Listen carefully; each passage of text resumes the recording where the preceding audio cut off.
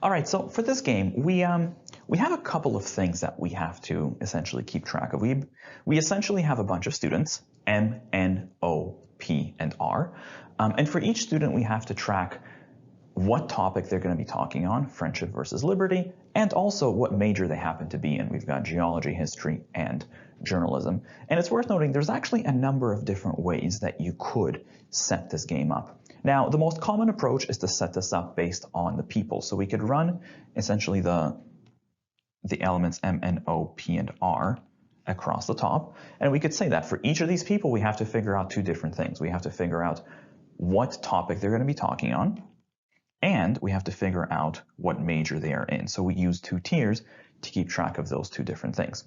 Now, aside from this, the other two ways that you could have set this game up would be either based on the topics or based on the major. So you could do something like these two. We can kind of turn it into an in and out game where it's friendship versus liberty. Or we could set this up based on the major where we have geology, history, and journalism. Now, in each of these, you would basically subscript the remaining components. So for example, if you do this setup where it's an in and out setup, then you could have, for example, like M might be a geology major, R might be a journalism major, O over here might be a geology major, and so on and so forth. If you set this up based on the majors, you do the same thing, but you subscript the topic. So you could say something like M speaks on friendship, R speaks on liberty, or under here you could have O speaking on liberty, and so on and so forth. Now, while all of these setups are reasonable, it's worth noting that these two setups, either one of them, they give you a bit of an edge over setting it up this way. And the reason for that is that they essentially give you an opportunity to put things into groups, to group things together. In this setup, you'll notice that it's essentially just a one-to-one assignment. You're not really grouping based on any parameters. All you have is, for example, if this person speaks on friendship, then it's just going to be a one-to-one. There's just going to be an F there. If this person speaks on liberty, then there's just going to be an L there.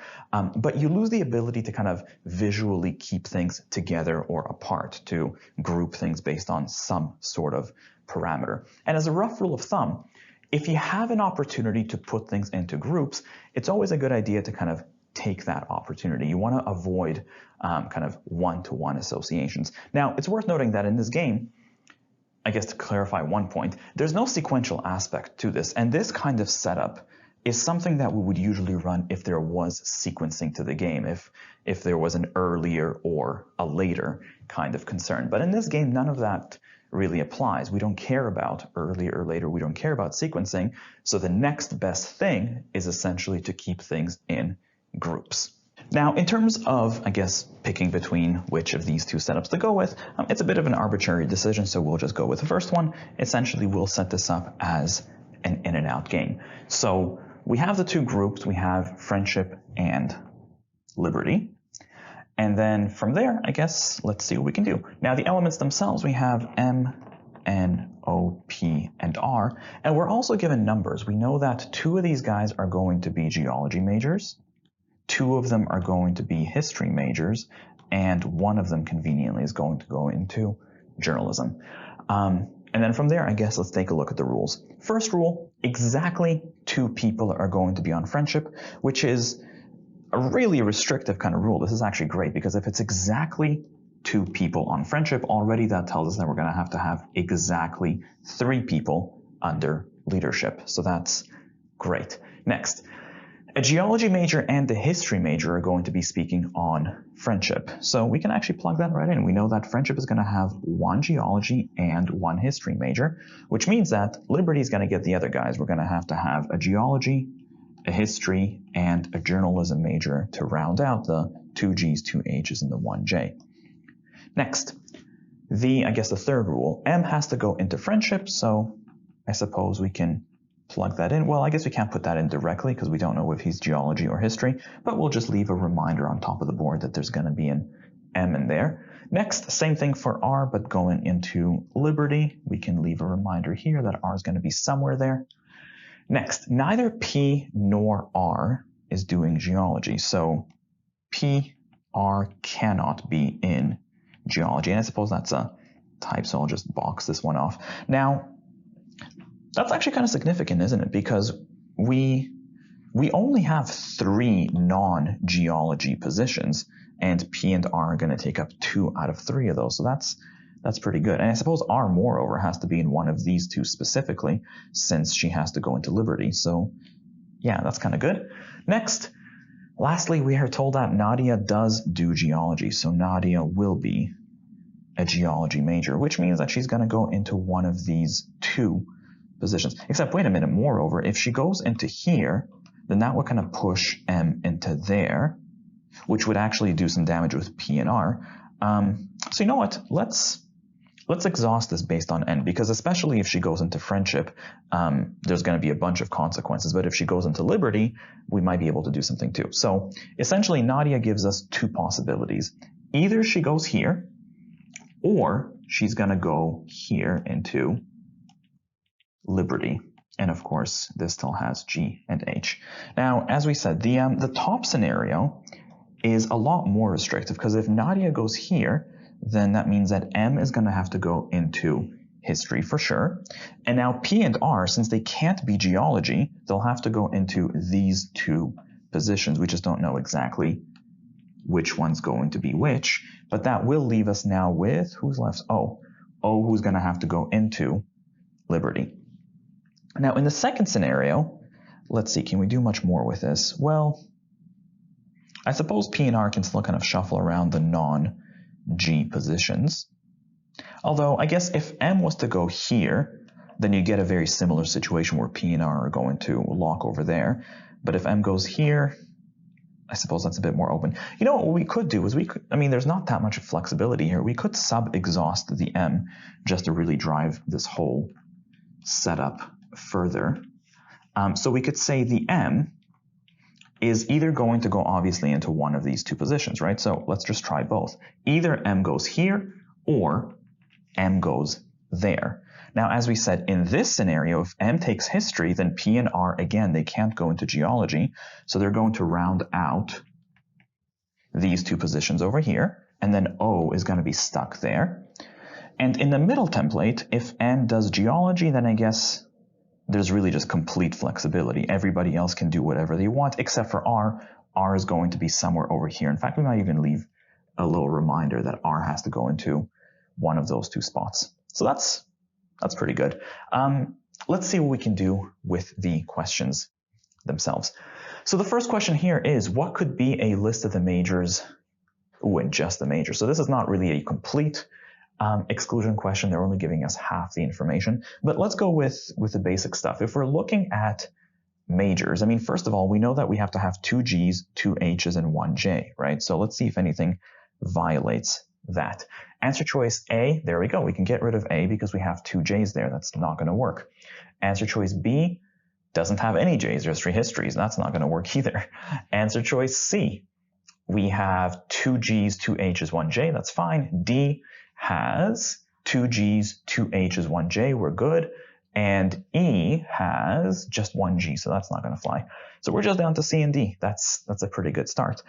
In terms of the majors, what else do we know? These 2 rules only tell us about the topics, but we know that P and R, they can't be geology. Now, the question is asking about the majors of M and O, P, R, respectively. So those guys are in sequence. So P and R represent the last 2 people in the sequence.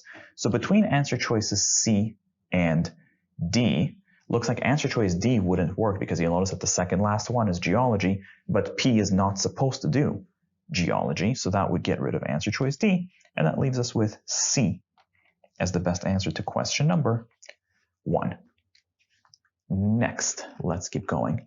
So looks like actually almost everything except for 5 is local, so we can do these in order. Question number 2. If P is on friendship, well, so here we go. Check this out. If we're looking at P being on friendship, that pretty much locks us into this template over here, right? In fact, let's label these just for convenience. We have A, B, and C. If P is on friendship, then we're definitely looking at template B. That's the only one where he could fit into friendship. So, we can probably do the rest of this mentally. P would have to go here, and then the other guys, O and R, are just going to shuffle. between those two positions. The question asks what now could be true. Answer choice A, M is a history major, and no, he's currently definitely doing geology. N is on friendship, and no, she's currently under liberty. O speaks on friendship, and no, he would have to, if P goes here, then O and R would be stuck under liberty. Answer choice D, O is a journalism major. And maybe O and R could arguably flip between these two positions, so one of them could have gone into journalism. That actually seems okay. Just in case, P is a journalism major, no, because for this question, P is currently here under history. So the best answer to question number 2 is D. Next, question number 3. If O is a geology major who speaks on friendship, okay, so that's pretty loaded. He is geology friendship. Well, I suppose if that's true, that could only happen in template C over here, right? Because over here, he could have gone into friendship, but he would be a history major. So if he's a geology major and speaking on friendship, we are stuck in template C. And really, nothing else would change. Everything else would stay literally as it seems right now. So let's go. The question, what must be true? Answer choice A, M is a history major. And yeah, there it is. M is definitely a history major. Best answer to question number 3 is answer choice A. And I suppose just in case, answer choice B, Nadia speaks in friendship, and no, she's definitely in liberty. Next, P speaks on friendship, and no, he's definitely in liberty. P is a history major. Now, that could be true, but it doesn't have to be, right? P and R could flip between history and journalism. That could go either way. So even though it could be, that doesn't quite answer the question of must it be true. And E, R is a journalism major, same thing. She could be, but she doesn't have to be. So best answer once again is answer choice A. Next, question number 4. If Nadia speaks on friendship, well, there we go. If Nadia is on friendship, then we are locked into template A, and everything else is just literally as it seems, right? This is the only scenario where Nadia is on friendship, and everything else we've almost entirely figured out. The question is what must be false? So what cannot happen? Answer choice A, M is a geology major. Yeah, there it is. We know that in this scenario, M is doing history, so he cannot be a geology major. Best answer to question number 4 is answer choice A. Although, just in case, let's take a look at the rest. M does history, and that is true. That doesn't have to be false. Answer choice C, O does geology, and that, again, that is true. That doesn't have to be false. Answer choice D, Peng is a history major. Now, that could have been true. This could have gone either way. So again, that doesn't have to be false. Answer choice E, R is a history major. Again, that could have been true. These guys could have gone either way, so that doesn't have to be false. Once again, best answer choice here is A. Lastly, question number 5.